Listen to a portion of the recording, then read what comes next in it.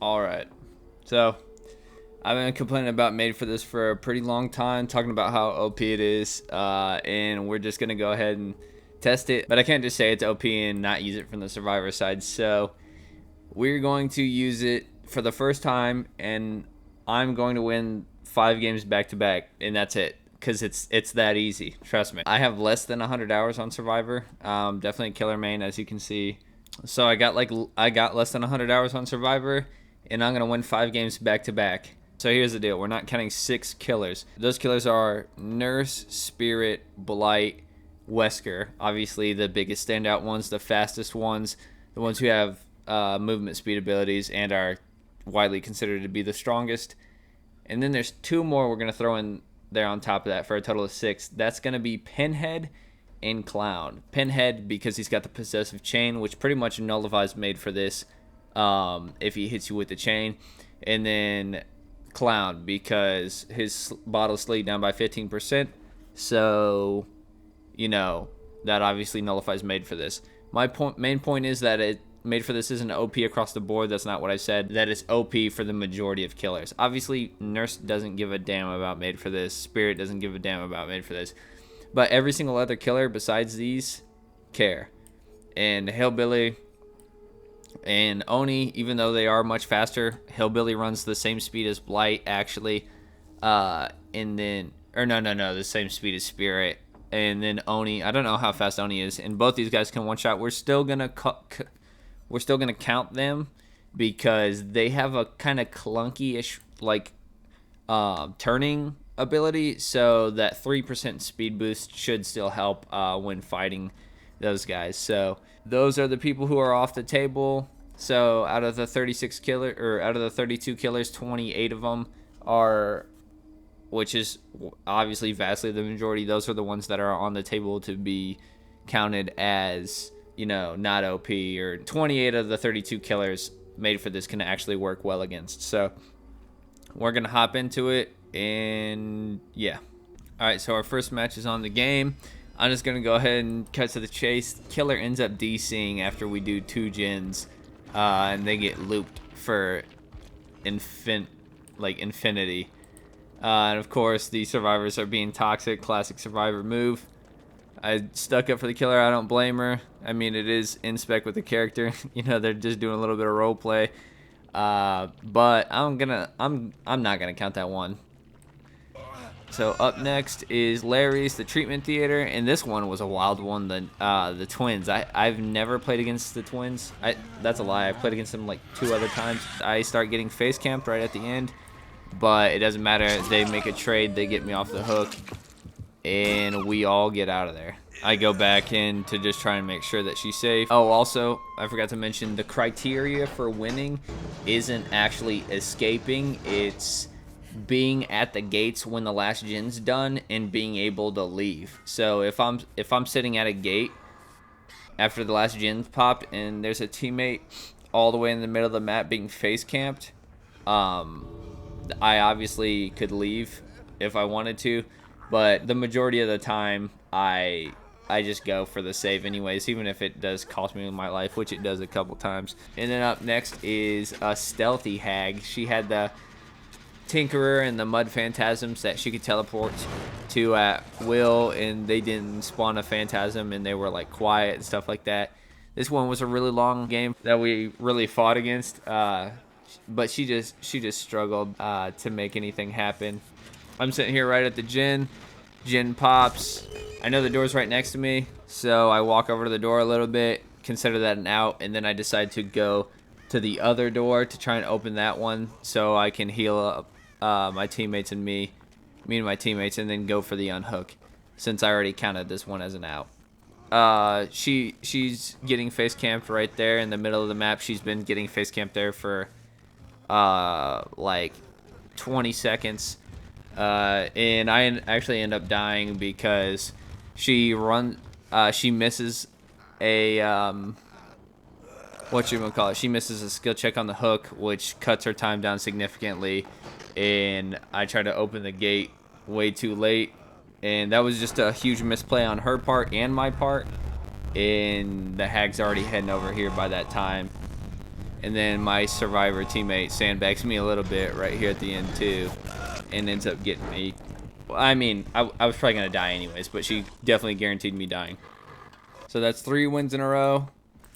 And then we got this one against the Oni on the Yamaoka estate. I don't count this one, even though in the last one we counted it and we didn't even touch the handle. We knew that the hag was face camping in the middle of the map, so we knew we could have got out. And there was a gate right next to her, so she would have went to check that one first. There were no traps by it. And so even though I am opening this gate currently, since he's so close, like he's definitely within downing me range, I don't count this one till it's all the way open. And we finally get it open, so now I count it as a win, and I go to try and unhook. And he's up here face camping. You know, I heal up David. I heal her up off the ground to get my little endurance thingy. And then I go try and get the save. Oh wait, no, I didn't get endurance actually. I just realized that. I forgot how that perk worked. And then I go for the save. She ends up getting downed. I don't know how the hell she fumbled that hard. She fumbled so damn hard. Fumbled. And then David ends up paying the price and gets killed. But we all get out. And then the last match, the 5th match, is against Legion on the Eyrie of Crows. And this Legion just comes out of nowhere, snipes my ass. Watch this. I have no idea where the hell she came from to this day. I'm sitting here right here. I'm hearing the music loud as hell. I have no clue where she went. No terror radius, no nothing. Nobody behind me at all whatsoever. And then all of a sudden, bam, right in my back. Anyways, I end up getting hooked. And blah, blah, blah. Cut to the chase, so you don't gotta watch so much of it. I get to the gate. I consider this an out already because she's face camping all the way over there. But I do 99 the gate just because in case one of my guys need to, you know, come over here to get out. But he heals me up and I go back to try and make a save. And it does end up working. I get that I get the girl off the hook and he gets the other one. She's in feral frenzy, so obviously there's nothing she can do except for just injure us, get her off the hook, puts us in deep wound. She unhooks the other one, or Steve probably unhooks the other one, and then then my teammate comes over and pops the gate after I fully mend, and Legion starts heading over here. Then I stick around for a minute and I'm just waiting here. I'm not being toxic. I'm just trying to like make sure everybody will get out. And it ends up Steve doesn't end up getting out. He gets smoked right at the end. Way too far away. We're all injured. She comes right for us. She fakes the pickup, gets it down. And then Lori almost got me killed. I was pissed. Trying to freaking like let her swoop around and knock me the other way. But yeah, that's it. 5 wins back to back just like that. First 5 matches. And then we play another one. Alright, play another one against the Clown. We ended up smoking this Clown like crazy. We got like 5 gens done by the time he got 3 hooks. Or 2 hooks, but then he started face camping. Where's that? Here. I run over here just to show that I could get to it and that he's not like trying to cut me off or anything like that. So I just point at the gate. You know, I could leave if I wanted to. I ended up going back. For some reason, he had Noed and she was next to a Noed totem. And he ended up killing all 4 of us. But yeah, that's 6 wins back to back. And then another Clown match on Toba Landing. And this one is basically the same thing. Another Noed, another face camp, and another escape. So that's 7 wins. Okay, and then there's this one. As soon as I seen the laceration meter start up, I just called it a win already. Like it's a trickster. If it was a huntress, I'd call it a win already. They don't stand a chance at all. At all. It doesn't matter if they're great. If they're really good tricksters, if they're really good huntresses, it does not matter.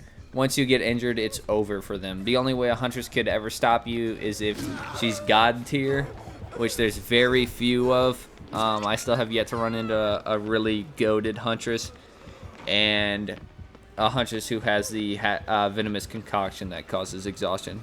So I already counted this as a win, but just to show you guys,